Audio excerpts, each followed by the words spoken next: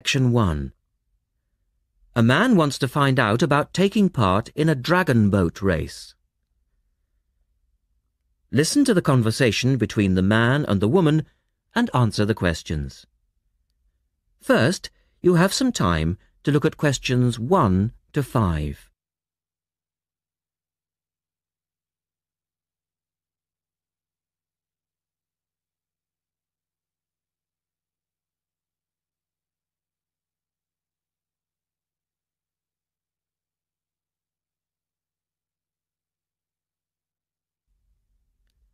Now we shall begin. You should answer the questions as you listen because you will not hear the recording a second time. Listen carefully and answer questions 1 to 5.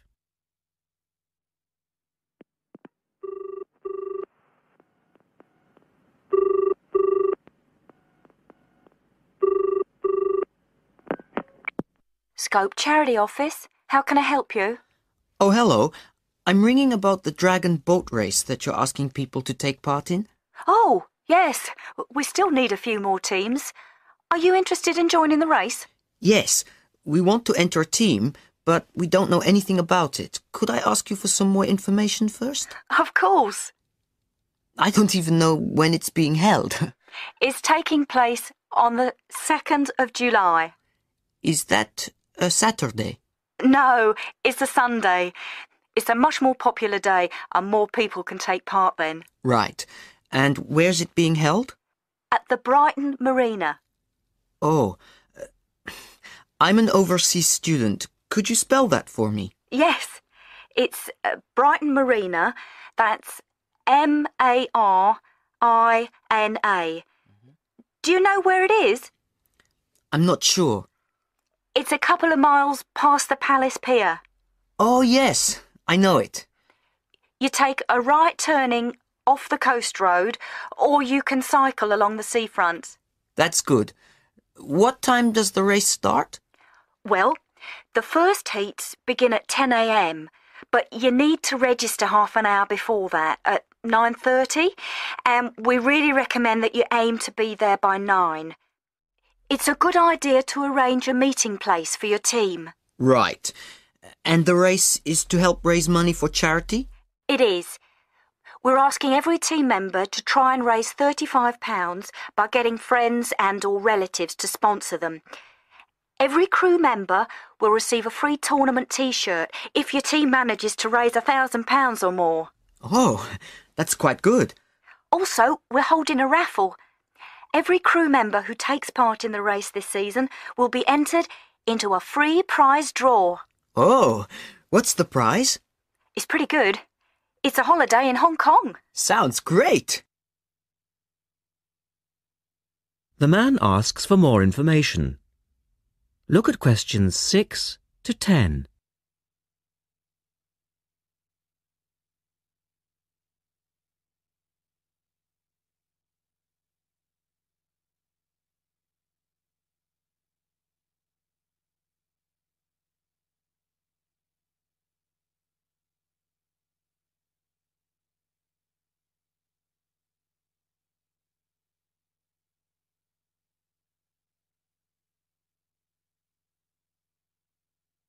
Now listen to their conversation and answer questions 6 to 10.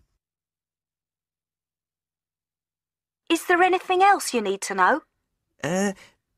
Could you just tell me a little bit more about the teams? Well, you need to have a crew of 20 people for your dragon boat, and you then need to agree on who's going to be the team captain. That will probably be you. Fine. I've got a group of 20 people who are interested. Do all the team members have to be a certain age?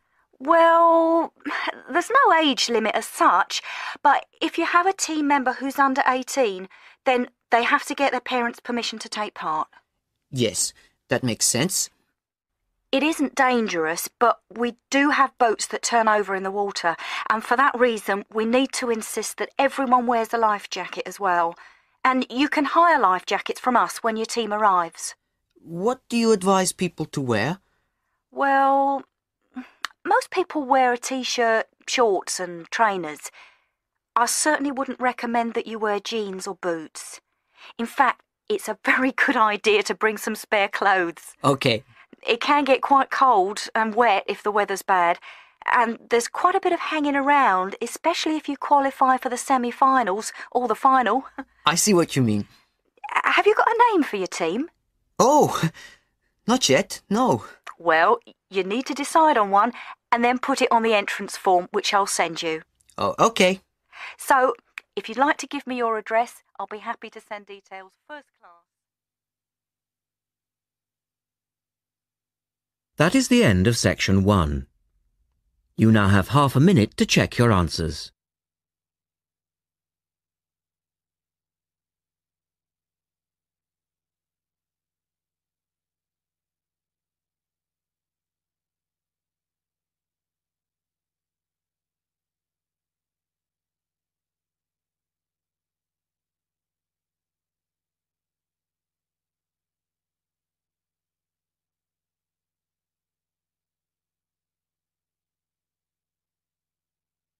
Now turn to section 2 on page 92.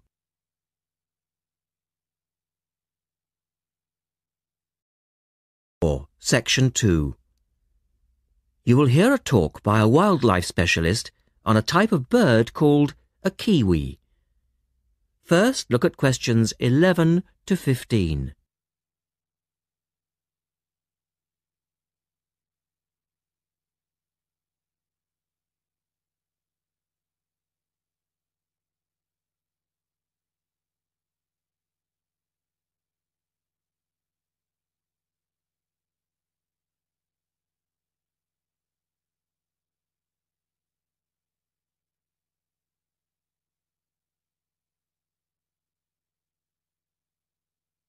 As you listen to the first part of the talk, answer questions 11 to 15.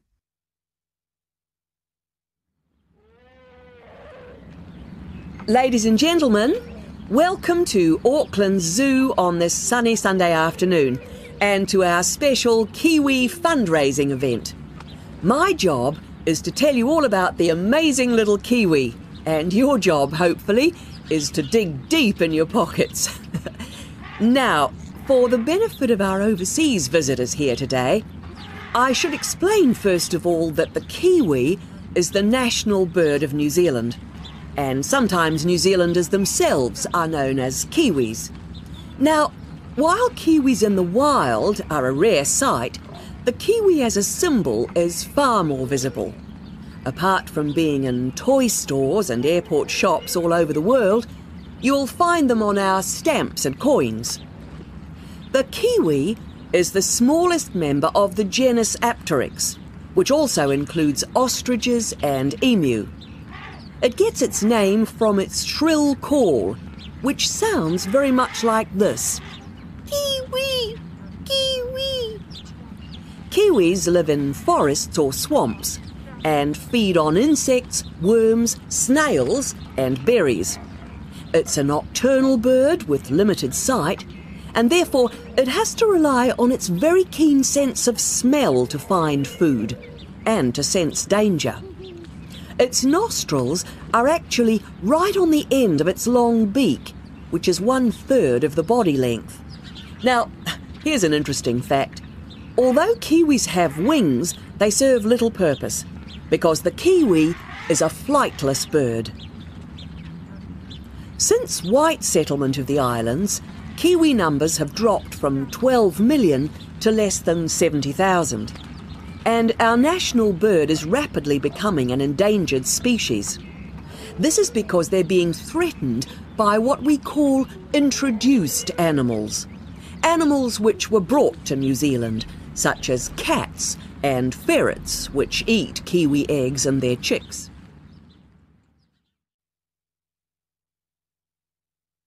Now look at questions 16 to 20.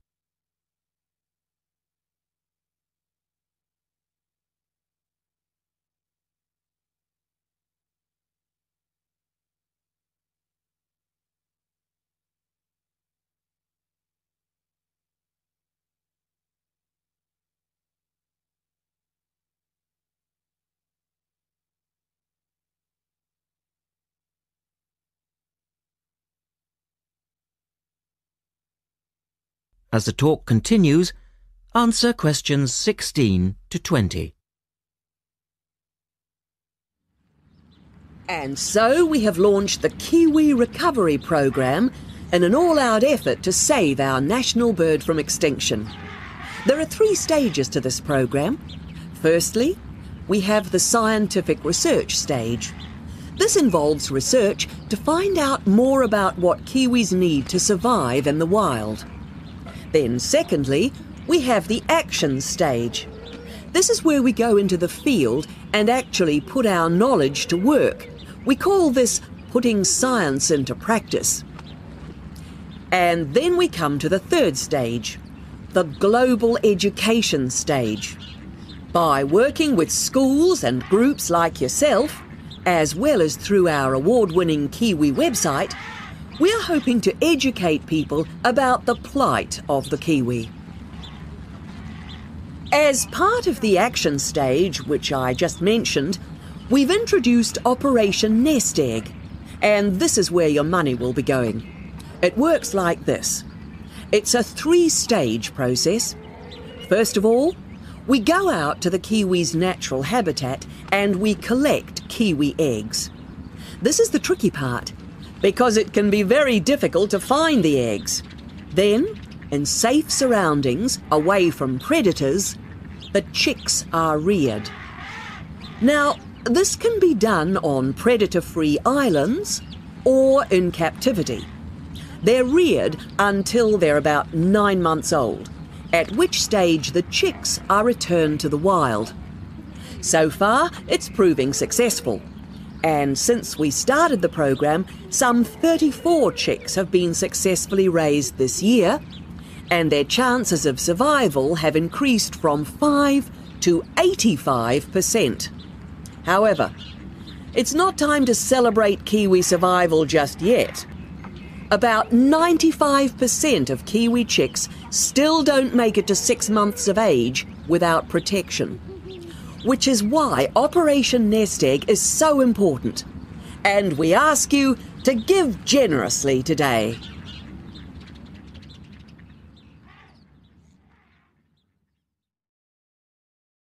That is the end of section 2. You now have half a minute to check your answers.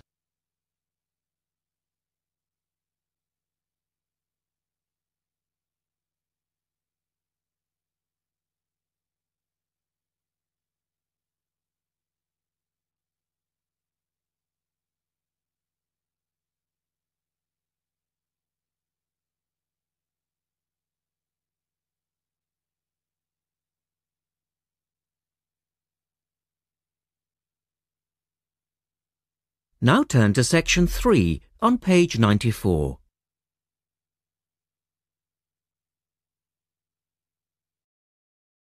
Section 3. In this section, you will hear a discussion between 3 people in a university tutorial. In the first part of the discussion, they're talking about city traffic and the motor car. First, look at questions 21 to 24.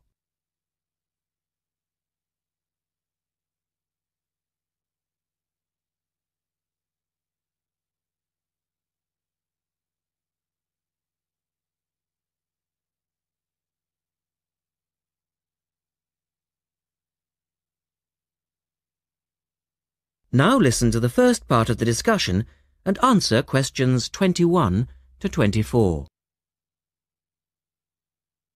We're very pleased to welcome Professor Isaac Nebworth to our tutorial group today.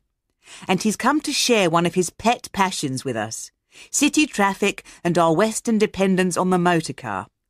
I believe questions are quite welcome throughout. Thank you. Well, I know you're all very familiar with the superhighway here in Melbourne, but do superhighways automatically lead to super wealth, as our politicians would have us believe?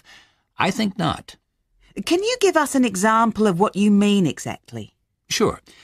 Well, by continuing to encourage this dependence on the motor car, we simply create more congestion and more urban sprawl. And you can see that here in Melbourne, right under your nose. Excuse me, I would just like to say that I feel the sprawl is part of the city. The freeways mean people can enjoy the benefits of living away from the centre on larger blocks with gardens, but still be able to drive back into the city centre for work or entertainment. Well, I'm not convinced that people want to do that.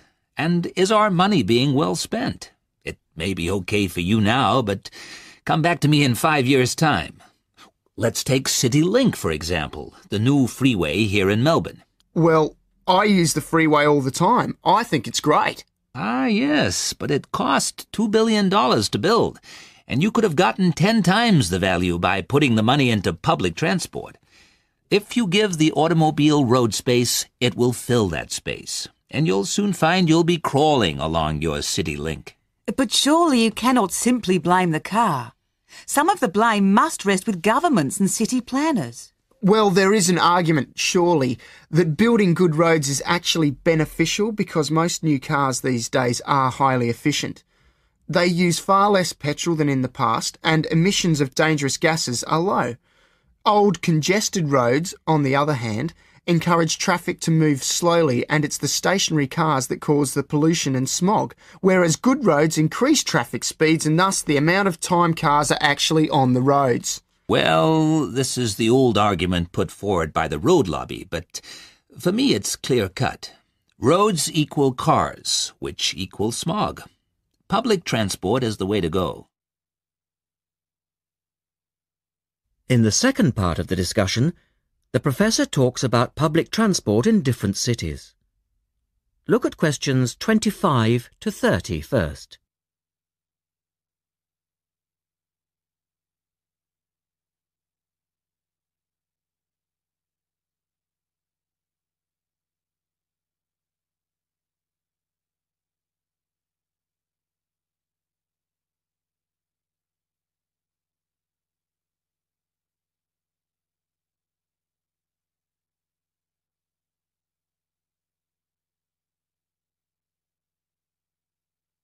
As you listen to the discussion, complete the questions about public transport.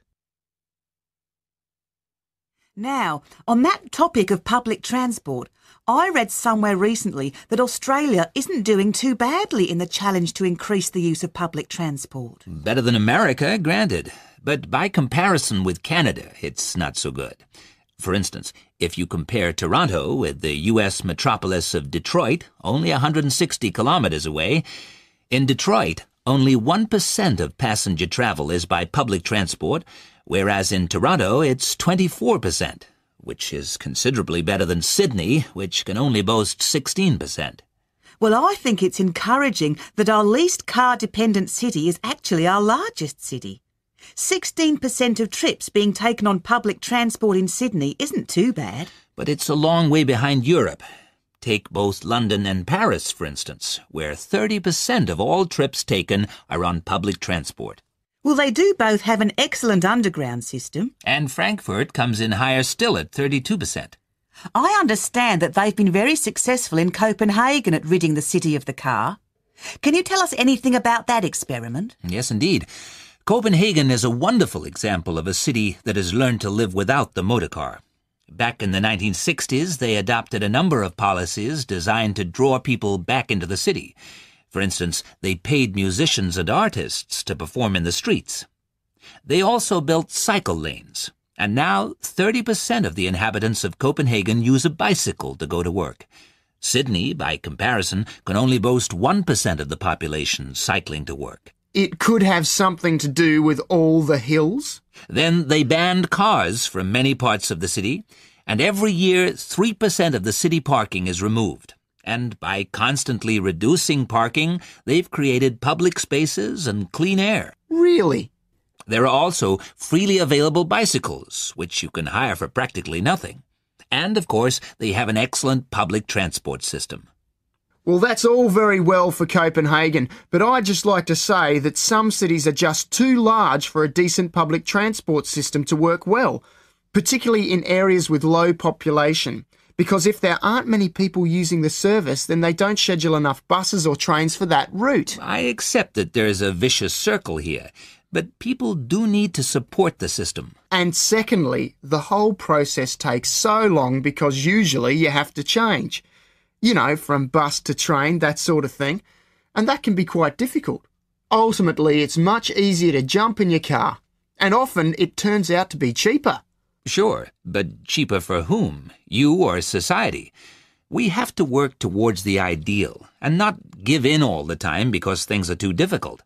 Anyway, let's move on to some of the results of the survey, which I think you'll agree. That is the end of section 3.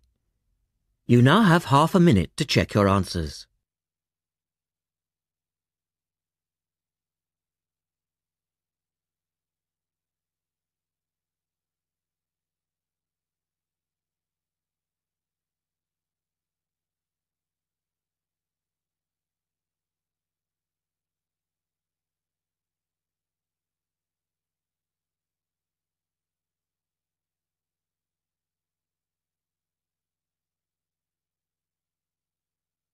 Now turn to section 4 on page 96.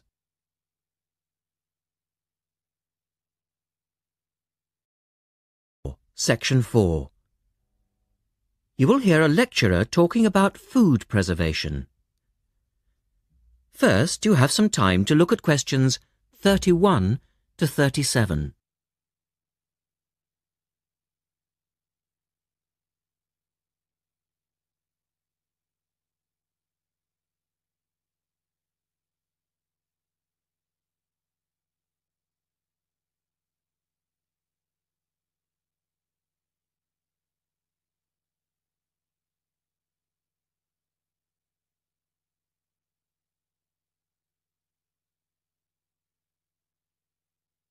Now listen carefully and answer questions 31 to 37.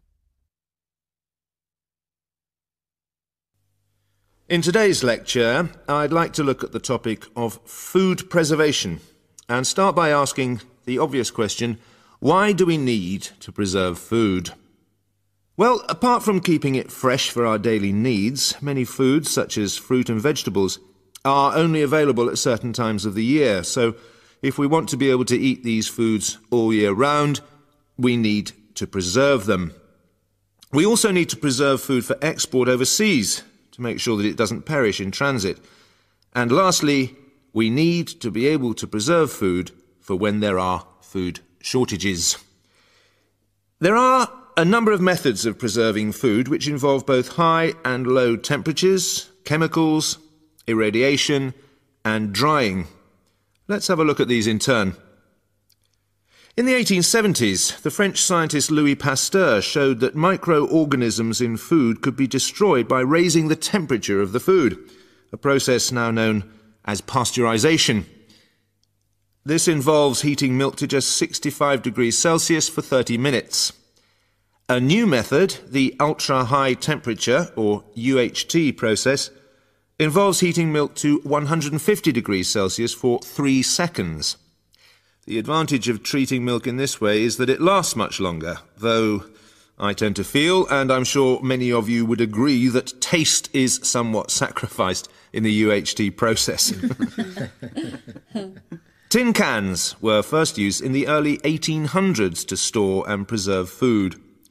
Just as they are now, the cans were tin-plated steel containers, and the process had the advantage of being cost-effective. Unfortunately, however, there were many early cases of food poisoning because the canning process was not fully understood at that stage. We now know the exact temperature and length of time each food needs for proper preservation, which has greatly reduced the risk of food poisoning. People living in cold climates often preserve food by burying it in the snow, and the Romans knew all about the advantages of packing food in ice. But for most people, this was not an option until the invention of the refrigerator in 1834. Today, however, refrigeration is the most important means of preserving food because the food stays fresh without needing to be treated. However, refrigeration requires an electricity supply, and unfortunately, if the power goes off, so does the food. A variety of chemicals can be added to food, and you'll find their names listed on the labels of cans and bottles. Salt is probably the oldest of all the chemical preservatives and was used by many ancient civilizations for many years. Sugar also acts as a preservative and is used to preserve jams in much the same way that vinegar is used to pickle foods. Chemical preservatives are effective, but they do not suit all foods, and the processes involved are time-consuming. Another method of preserving food is by drying it. Most foods are 75% to 90% water, so if you remove the water, the microorganisms simply can't survive. When food is dried, it not only lasts a long time, but it also becomes much lighter, which is a big advantage, as this makes it cheap to store. Though some people argue that valuable nutrients are lost in the process. In the second part, the speaker describes the process of drying food. Look at questions 38 to 40.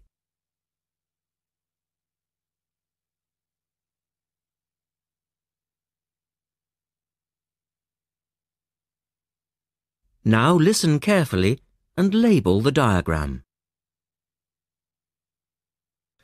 Early methods for drying food involved cutting it into strips and hanging it in the sun or over fires.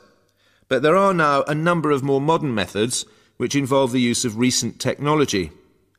One of these is known as roller drying, and it's a highly effective way of making dried foods from liquids, such as soup.